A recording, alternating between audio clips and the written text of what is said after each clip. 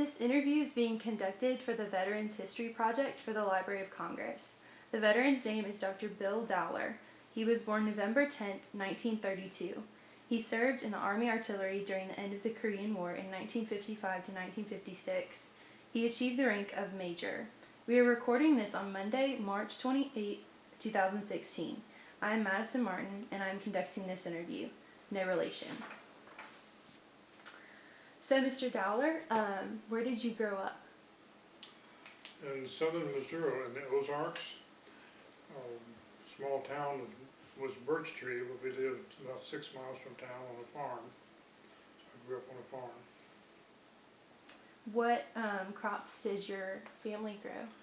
Diversified farming. We raised cattle and hogs and grew the feed for them, and then we grew hay and had pasture for cattle, some corn and row crops, but this is not the most fertile land.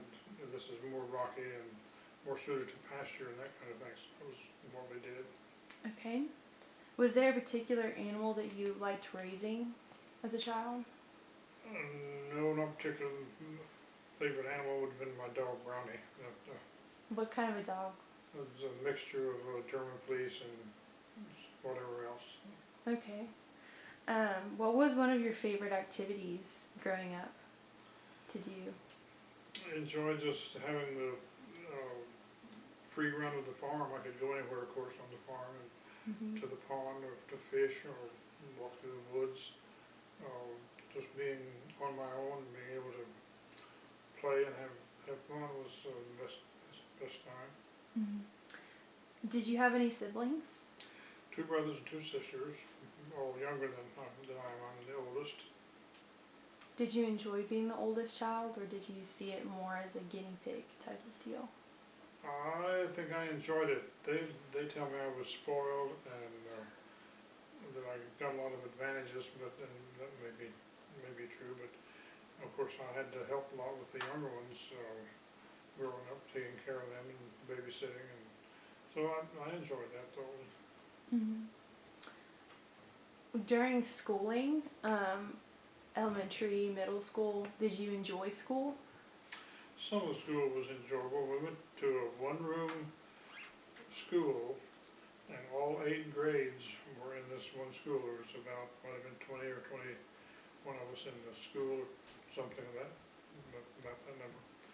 And so we walked to school. It's almost a mile to the schoolhouse where we lived. And so the one teacher taught all 8 grades, and we kind of took turns learning different classes. And so my brothers and sisters all went to the same school at one time or another. School's quite different now. Was there a particular subject that you enjoyed the most? Well, like mathematics was probably in school was one of the things I liked the most, yes. What exactly intrigued you about the subject? About? The subject of mathematics? I enjoyed working with numbers, and I had no trouble with my multiplication tables and enjoyed knowing those. As before computers, so we had to memorize all those things, and so I just enjoyed that. Growing up, did you think that you wanted to do a career with mathematics? Did you have any ideas about where you wanted to be? No, not at that stage at all. In high school, in grade school, didn't have much idea. Went on to high school, and again, didn't have too much idea of what I wanted to be in the future, but I knew I wanted to go to college and would go from there. So in college, in high school, math was still a good subject. I still enjoyed that, and typing was another thing I learned to do that I liked. How was it like typing on a typewriter? It wasn't much harder than a word processor at that time, but you got used to it, and of course carbons were a problem if you made mistakes and that kind of thing. But I learned to type, and it's been good to know that all through my career because I've needed that. Yeah. Was there any sports throughout schooling or as a child that you enjoyed to play? I didn't do many sports because we were so far from town that I couldn't, I had to work and help on the farm, so I didn't stay for practice. I played a little baseball and a little basketball, but very little. Was not really into sports. When you went to town, did you usually walk to get to school? Did you ride a bike? We rode a bus. We were 6 miles from town, so a bus made a route that we rode on a bus. About an hour, 45 minutes or so to get to school. Oh wow. So you must have had to get up quite early. Sometimes it's up pretty early to get chores done and catch the bus and go miss. Okay. Was there a chore on the farm what was your least favorite chore to do? Probably milking in the winter when we had to get out so early and milk. We had 3 or 4 cows we might milk, not a lot, but some. That would have been one of the least favorite. And hoeing weeds out of the corn was another, because we had a lot of corn and the weeds were kind of bad, and that was not something that I enjoyed. So moving towards, as you're a teenager, looking at your college career, what kind of a degree did you think about? I got into the horticulture department, and that started a little bit early in the summer, and got the job picking apples with the horticulture department, and then continued to work with them because I needed to work my way through college to help with finances. And I found out I enjoyed the work and they paid me for it, so that was, I liked that. So I continued in horticulture and did several courses, and so my undergraduate major was primarily horticulture.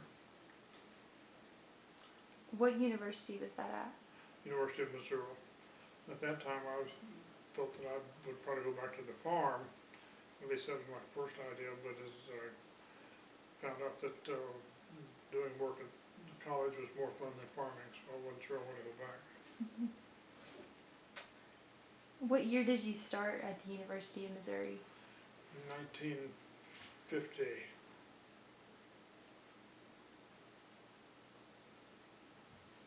What was your college experience like? It was a lot of fun. The first year I was terribly homesick. I didn't know that I would be, but Columbia is about 200 miles from my hometown, and so I was a long ways away, so I couldn't get home at all very easily. And I was very homesick before missed the farm. But the coursework went okay, and so after I got past the first year, it wasn't so bad. Enjoyed the new things at the university. Got involved with Wesley Foundation, a church group, and made friends there. And I had the opportunity to go to concerts and things that I'd never experienced before, so it was enjoyable. I enjoyed my college life. So was being in college kind of giving you that sort of in-town feel? Yes, a lot different than living on the farm. So I still preferred to probably live in a farm, but there was advantages to being in town as well. Okay. So what years were you at the University of Missouri? From 50 to 54. And that got me into the military because I went through ROTC. That was it helped with finances, and they helped buy books and things. And I decided that was not a bad thing to do. So coming out of the University of Missouri, what rank were you? Started second lieutenant. After you graduate, you start as second lieutenant. When you were a young man in college and you learned about the military, and you wore, what was it like for you knowing that that was going to be your future?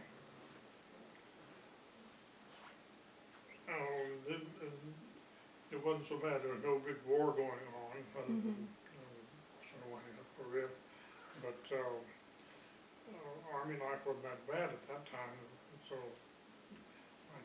looked forward to that and enjoyed the couple of years service. Mm-hmm. What did it feel like when you first put on that uniform?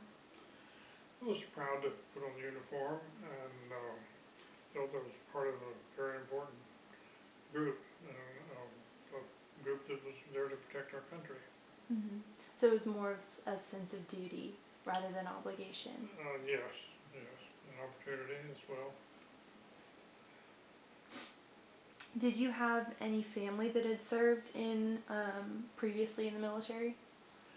An uncle had been in the World War II, and that was about as close as that. Then my little brother was in the Air Force about the same time that I was in the artillery, and my younger brother went to Vietnam, which was not a happy experience, of course, for him. So yes, those two were also in the service. Did you ever hear stories from your uncle about World War II? I'm sorry. Did you ever hear stories from your uncle about World War II? No, not really. Don't remember hearing much at all. He was wounded in the knee, and that was about all I ever knew from him. Okay. So knowing that back then with World War II, and then with Vietnam having a draft, how do you feel about a draft nowadays since you obviously volunteered to be a part of the military? I wouldn't know too much about that. I think military service is not a bad thing, but whether we need to require everybody to do that or not, I'm not sure.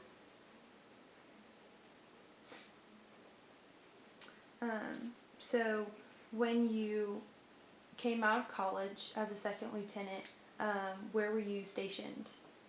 I went to Fort Sill, Oklahoma, to artillery school to learn more about artillery and Army. We did drills and a whole bit. So I went there for probably 6 weeks training. Did you enjoy the training?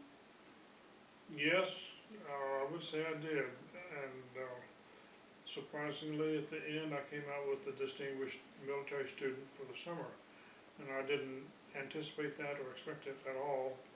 But again, my math was good. We had a lot of math things to use when you calculate the firing and so forth of the guns. And I did night driving, which worked out well, and just scored well on all these activities, and surprisingly came out first for the summer camp. What intrigued you about artillery? Well, the damage you could do with it, and the accuracy. It didn't take long to hit what you wanted to hit. So that was intriguing.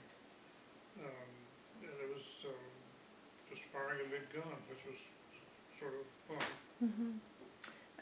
In looking forward to, potential warfare in the future, as a young man, seeing the damage that could be done, how did you feel about the way that military was industrializing in that way? Well, I thought again, this was necessary as far as protecting our country. So I didn't have qualms about what we were doing at all.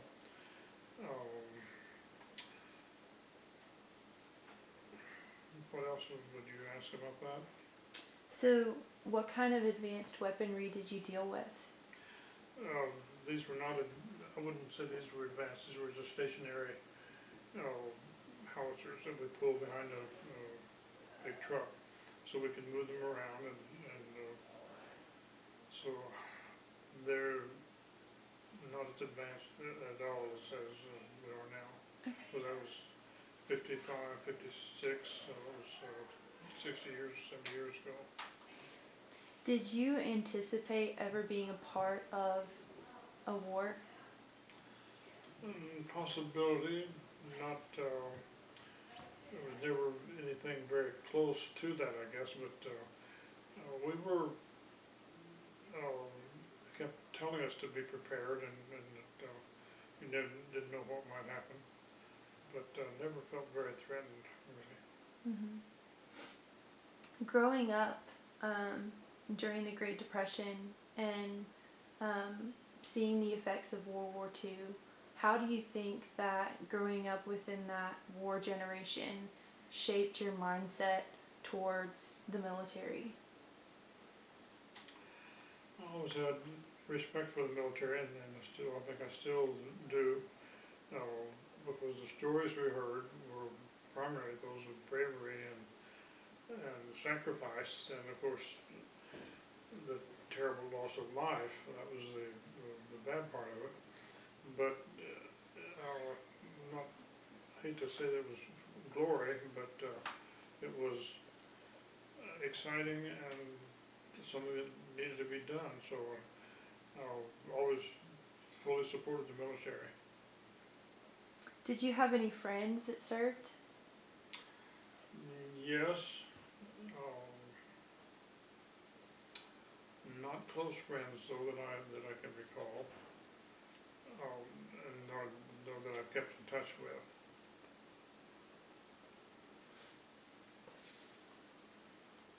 Once your siblings saw you enter into the military, do you think that inspired your brothers to enter into the military? Probably may have, yes, because I don't think they saw that I liked it and enjoyed it, so I think that might have been. How did your parents feel? Well, I think they were worried, not as much as the ones that were actually in combat, of course, because that would have made a big difference. But even being in Alaska, they knew all sorts of things could happen. They were far away, and so they were concerned, I think would be a good way to put it. So once you came out of artillery school, you were stationed in Alaska? I went to Alaska from there, yes ma'am. What was your job specifically in Alaska? What were you doing there? I was a motor pool officer and pay officer, and those were the two extra duty things I had besides working with the howitzer, actual firing and training the guns. So those are the two duties were part of my job. Did you enjoy it? I did. Again, Alaska was a much different place to me, not having been out of Missouri very much. It was a completely different country with different day lengths, and snow got waist deep in the winter, and so I did enjoy it. Do you have any interesting stories about acclimating to Alaska?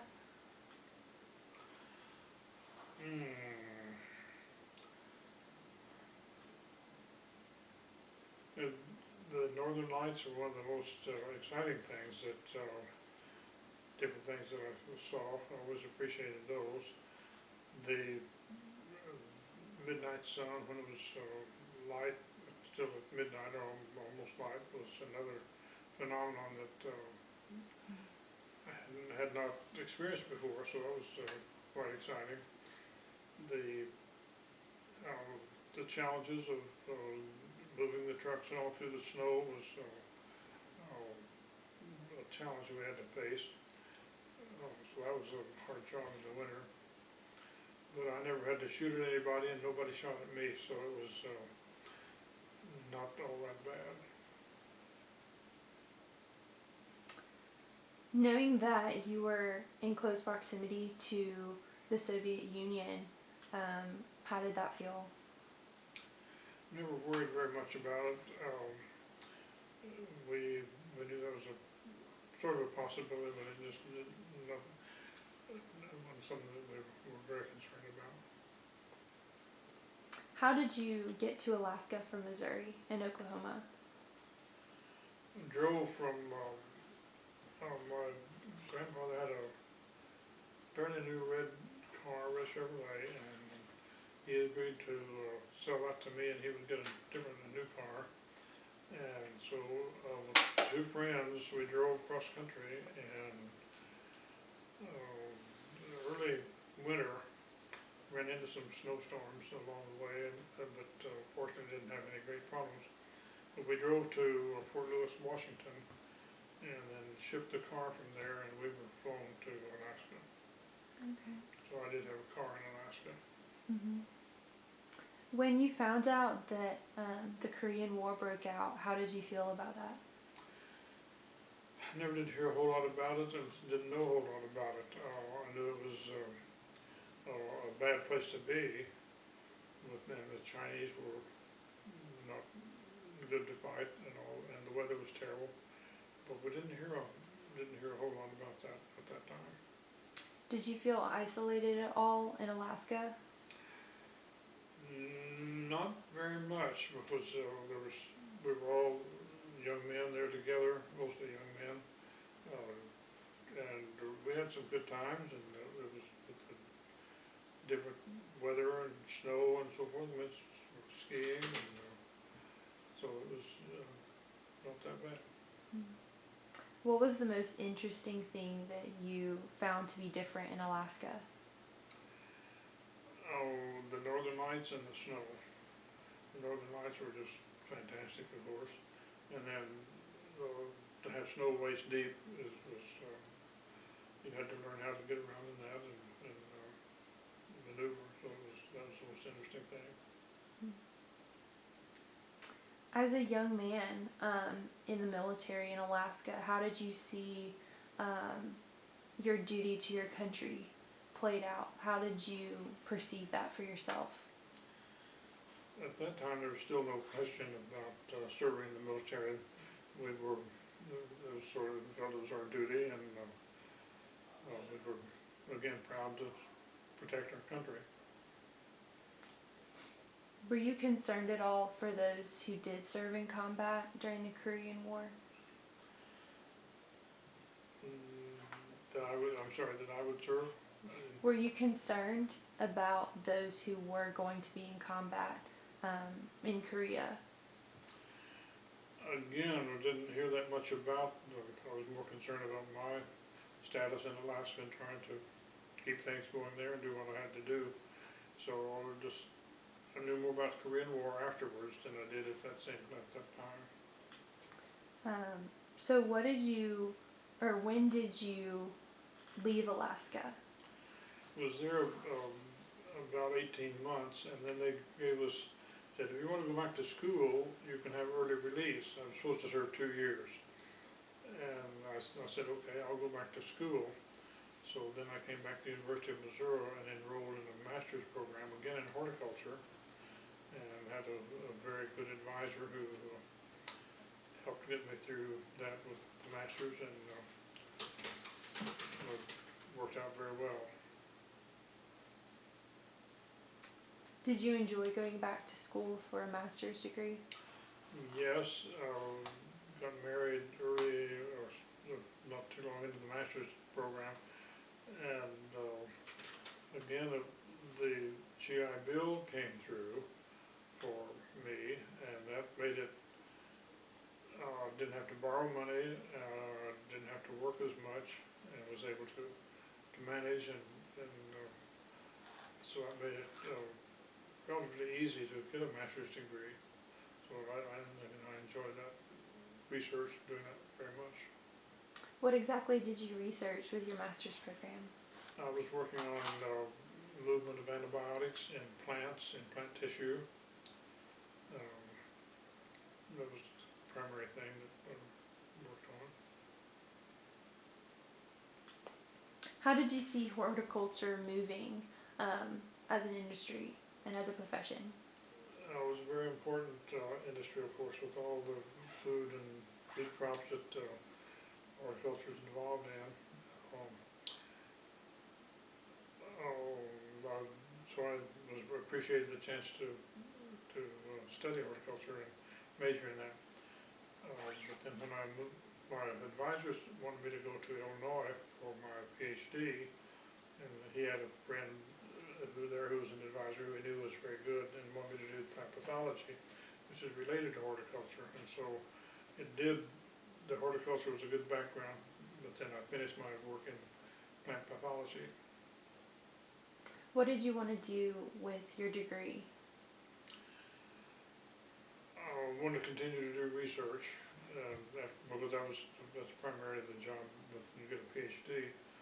And I wasn't too excited about teaching. I would have done some teaching, but I was more interested in research, so that's how I came to do research.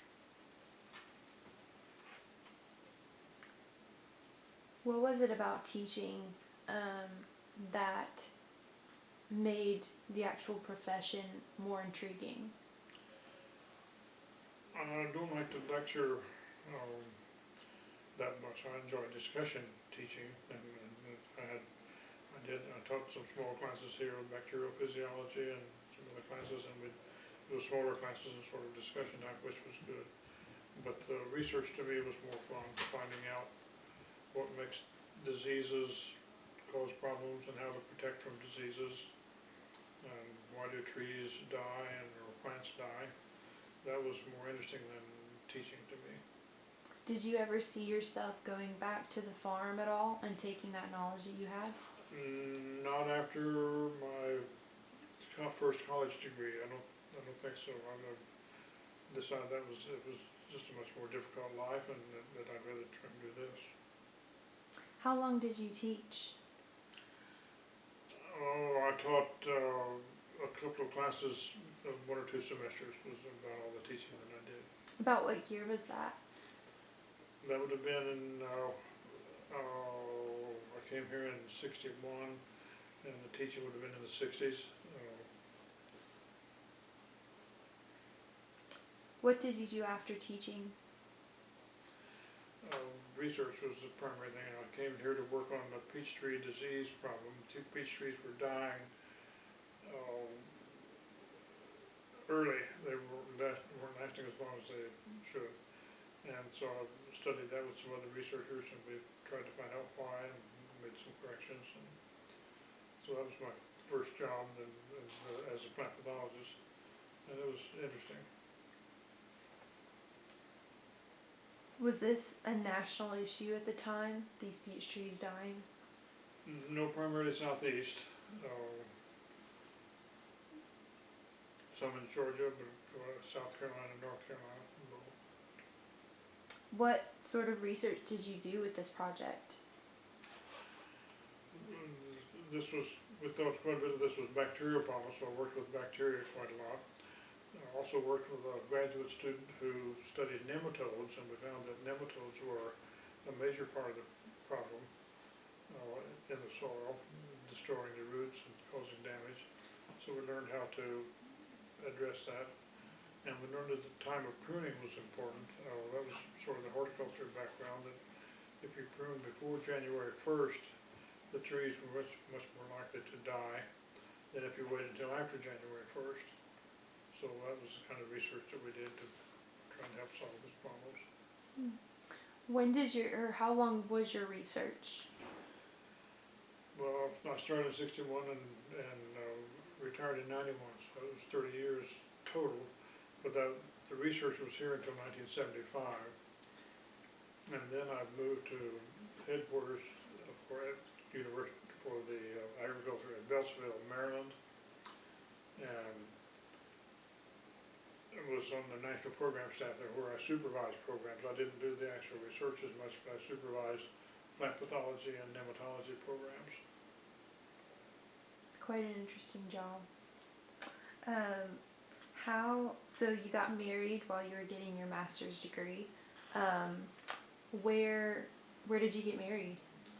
We got married in Columbia, Missouri. My wife was from near Columbia, and so we were married in a small church near Columbia, Woodlandville Methodist Church.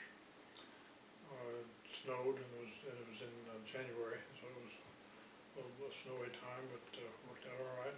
We were able to get around, and she helped put me through college, and she worked, and that was her part in the program. How did you first meet? My sister introduced us after I came back from Alaska. First was ready to start school, and so she introduced us in Columbia, and that's how I got started. How long between you meeting her and you guys getting married? Would have been almost 2 years, a year and a half. She was a foreign youth exchange student to Denmark, and so she did that before we got married. She was there 6 months, and so that after that we got married. And Wow. Where did you guys end up living? we lived in Columbia in an apartment while I did my master's. And interestingly, when we moved to Illinois, we lived in a little mobile home, a trailer. There was a nice trailer park not far from campus, and so we lived there, and our first child was born, and we lived in a trailer. How many children do you have? We have 3 boys. That was the oldest one, and 2 more were born here after I came here to work. So what years were they born? 59 and 61 and 63. Was it difficult raising 3 sons? Pardon? Was it difficult raising 3 sons? My wife would probably say yes. It was, there were times, of course, but I don't think it was a great difficulty. We got on well, and enjoyed raising 3 boys. Was any of them interested in horticulture as you were? No, one was sort of interested in biology. He's working with Oregon Public Health. The other one is a physicist, works with Lockheed Martin, and the other one is an engineer, went to Georgia Tech, and he's a city engineer for Salt Lake City. So no, they didn't follow my biology footsteps very much. How did they think of your profession? Well, they were impressed with what I did. I think they liked that, and appreciated the things that I did.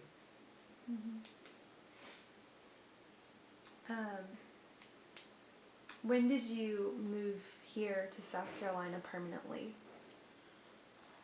Well, we first came in '61, Mm-hmm. and actually lived in Pendleton for a year, and then built a house in Clemson. Left in '75, and then came back in '91. Retired here in '91. Okay. Do you have grandchildren? 1 grandchild, 1 grandson.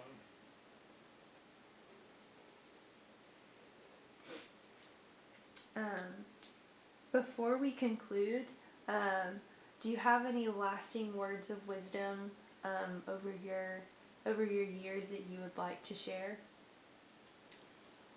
Well, I keep thinking about the military. The one thing I think of there is that a quote I've been reading that only the dead will not know any more war. And that's a very scary statement, but it seems to be true. We cannot seem to get rid of war. There's always a war going on.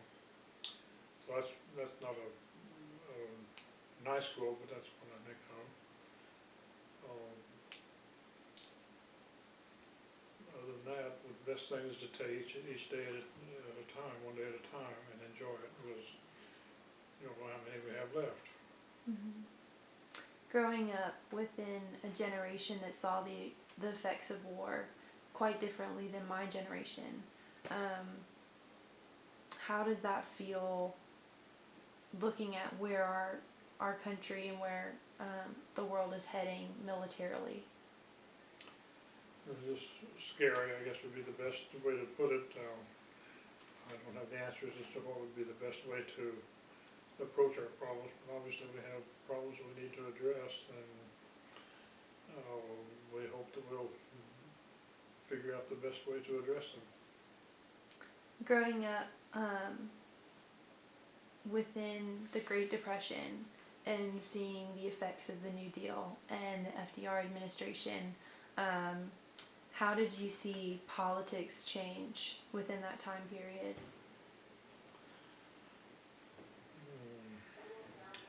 Never was very political. Did not get really involved in politics. I feel that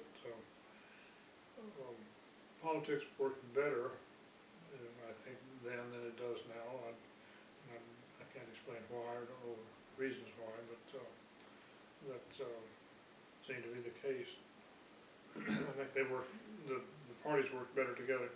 But in looking at some of the letters, there were some of the campaigns were not much worse than these today. So they had the same kind of problems even then, I think, between the parties. Growing up in the generation that you did, do you think you have a better appreciation for the prosperity that our nation is at now?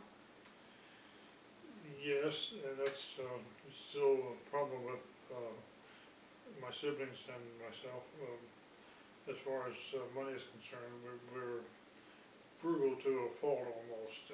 Like I said, we grew up in the Depression, we didn't have much money, and it's sort of hard now to figure out how's the best way to use your money and what to do with it. So that was one of the effects of growing up in that time period. Okay. Well, is there anything else that you'd like to say? No, I think that sums it up pretty well. Enjoyed the interview. Okay. Well, thank you so much for this interview. Thank you so much for your service and the way that you approached your duty in the military. We all appreciate it so much. Thanks for letting me come and talk to you today.